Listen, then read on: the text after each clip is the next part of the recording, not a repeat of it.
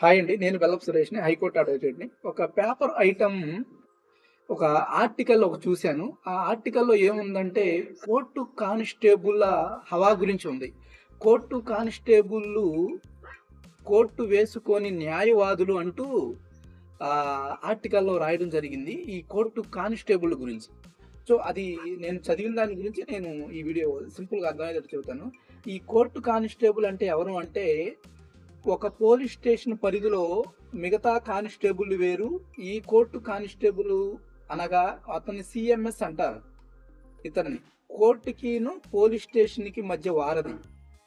ఇతను హవా ఎలా ఉండిద్దంటే ఒక కేసు నమోదైన కాడి నుంచి ముద్దాయి అరెస్ట్ అయ్యి రిమాండ్ నుంచి బెయిల్ నుంచి జడ్జిమెంట్ వరకు కూడా ఈ యొక్క కోర్టు కానిస్టేబుల్ నిర్ణయిస్తాడు.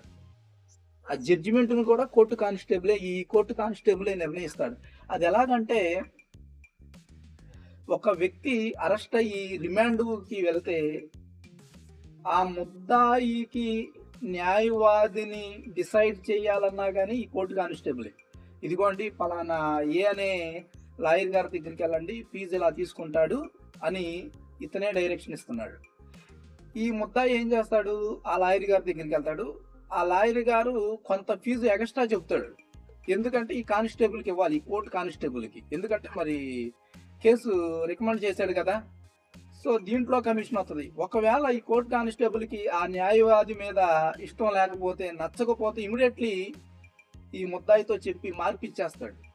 అంత టాలెంటెడ్ పర్సన్స్. అదే విధంగా ట్రయల్ స్టేజ్‌లో కూడా కేసు విచారణ సమయంలో కూడా సాక్షుల్ని ఇన్‌ఫ్లుయెన్స్ చేయగలడు ఈ కోర్టు కానిస్టేబుల్. ఇతను క్లియర్‌గా సింపుల్‌గా చెప్పాలంటే కేసు గెలవాలన్నా, కేసు డిస్మిస్ అవ్వాలన్నా, ఈయన ఏది అవ్వాలనుకుంటే అది చేయగల అసాధ్యుడు. ఏదైనా చేయగలడు కేసుని. గెలిపించాలన్నా లేదా కేసు ఓడిపోవాలన్నా ఇతను డిసైడ్ అవుతాడు. నిజమే. ఇది నేను చెప్పే మాట ఆర్టికల్‌లో అలా క్లియర్‌గా రాశారు.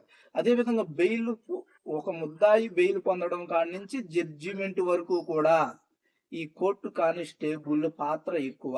హవా నడుస్తుంది. సో, దీనివల్ల జూనియర్ అడ్వకేట్స్‌కి అన్యాయం జరుగుతుంది. దానికంటే మరీ ముఖ్యంగా ఒక సామాన్యుడికి న్యాయం చేకూర్చట్లేదు. ఒక సామాన్యుడికి న్యాయం అందట్లేదు.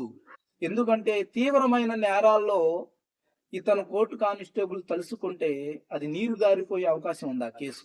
సో, ఫైనల్‌గా కేసు కొట్టేస్తారు జడ్జి గారు. ఎందుకంటే సాక్ష్యాధారాలు బలంగా ఉండవు కదా! ఈ కోర్టు కానిస్టేబుల్లే సాక్ష్యాధారాలు బలంగా నిరూపించగలిగి, బలంగా ప్రొడ్యూస్ చేయగలిగి, విట్నెస్‌లకి పర్ఫెక్ట్‌గా ట్రైనింగ్ ఇవ్వగలిగితేనే కేసు నిలబడిద్ది. అంతే కదా! కోర్టుకు కావాల్సిన సాక్ష్యాధారాలు. సో, కోర్టు కానిస్టేబుల్ ఈ సీఎంఎస్ కానిస్టేబుల్లు కోర్టులు వేసుకొని న్యాయవాదులు అంటూ ఈ ఆర్టికల్‌లో వివరణ ఇవ్వడం జరిగింది. సో, ఇది టాపిక్. నచ్చితే లైక్ చేయండి. Thank you so much.